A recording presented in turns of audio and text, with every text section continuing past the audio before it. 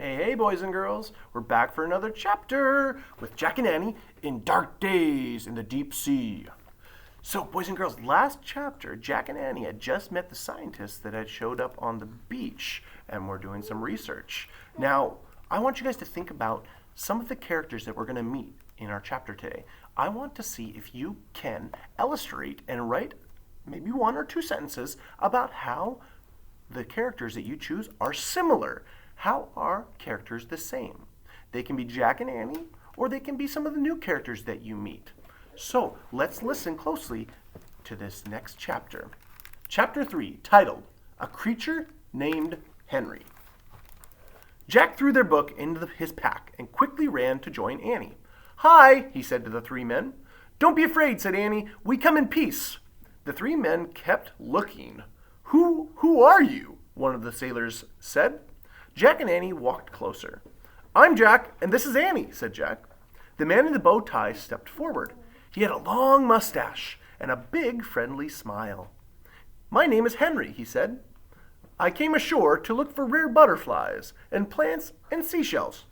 But it seems I have found a rare creature called a Jack and Annie, he said instead.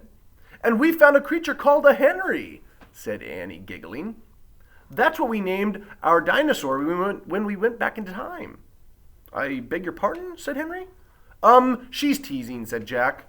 What an unusual wit, he said, his eyes sparkling. Well, you have not only found a Henry, you've also found a Joe and a Tommy, the two able seamen who rowed me here. Hi, Joe and Tommy, said Annie. She gave the two sailors a big smile. But Joe and Tommy didn't smile back. They were both frowning. Where are you from? Joe asked suspiciously. Frog Creek, Pennsylvania, said Annie. Where is that? Asked Tommy. It's in America, said Jack. How nice, said Henry. Why are you here? Well, we're on vacation, said Annie. We're camped with our family back there somewhere, she said. Vacation, said Henry. Our parents like to vacation in really out-of-the-way places, said Annie. Henry chuckled. You Americans. Are you a scientist from the HMS Challenger? Jack said. He was eager to change the subject. Why, yes, said Henry. I am one of the team trying to solve the riddles of the deep. Jack loved the sound of that. Riddles of the deep. What kind of riddles have you solved so far? He asked. Well, for one thing, we've learned that the ocean floor is absolutely covered with life, said Henry. You didn't already know that? Asked Annie. We thought it was probably the case, said Henry. But mind you, many people cannot imagine that life exists in the icy darkness of the deep. In fact, some still think there is no ocean floor at all, and that the sea goes down forever. Are you serious? Said Annie. Ha! I guess you'll be letting them know most of the ocean is not more than 2 miles deep. Of course, some ocean trenches are up to 6 miles deep. But, Annie, said Jack. My, you know a lot about the sea, said Henry, looking at Annie with curiosity. Well, I know there are mountain ranges and volcanoes are down there too, said Annie. Jack leaned in close to Annie. Stop showing off, he said under his breath. I mean, maybe, just maybe, Annie said to Henry. Of course, I'm only guessing. You are a very good guesser, said Henry. On our voyage, we've collected many volcanic rocks from the deep. Cool, said Annie.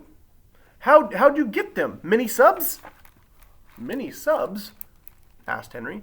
You know, they carry you down deep in the sea, said Annie. Annie, said Jack between his teeth. He gave her that look. Just stop. Jack was pretty sure many subs hadn't been invented by the early 1870s. He quickly changed the subject again. And you study butterflies too, he said, pointing to Henry's net. And seashells? Indeed I do, said Henry. In fact, I came ashore to search for a rare shell just now, and I think I may have found its cousin. He opened his book to a page that showed a pencil drawing of the shell. Would you like us to help you look for them? Said Annie.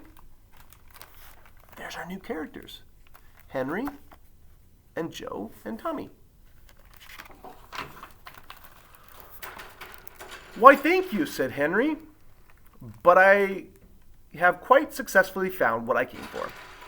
We'll be going back to the ship now." "Oh, please, can we visit the HMS Challenger?" Annie blurted out. "One of the questions," said the sailor, "out of the question," said the sailor named Joe. "Well, said Henry. "Sir, the captain would never approve of it. Children on board." Tommy broke in. "It's absolutely against the rules." Henry looked at Jack and Annie. Jack didn't like to break rules, but at the same time, he really wanted to visit the ship. "We'd really like to learn more about the sea exploration," he said. He gave the scientist a hopeful smile. "We promise not to get in anyone's way," said Annie, "and our parents love us to learn new things." Henry turned back to the two seamen. "Surely such bright and curious young people should be allowed to visit our ship," he said. "Since we'll be drifting and floating in the area all day, we can return them to the shore before nightfall." Joe and Tommy frowned at each other, but Joe finally gave in. "Yay!" Annie said. "Thanks," said Jack. "We promise we won't cause any trouble." "See that you don't," said Henry with a smile. "Joe and Tommy, would you mind lending our two visitors 2 life jackets?" "They'll never fit 'em, sir," said Joe. "Well, we must do what we can to keep them safe," said Henry. The two seamen grudgingly handed Jack and Annie their bulky vests. "So these are old-fashioned life preservers," thought Jack. The vests were made of blocks of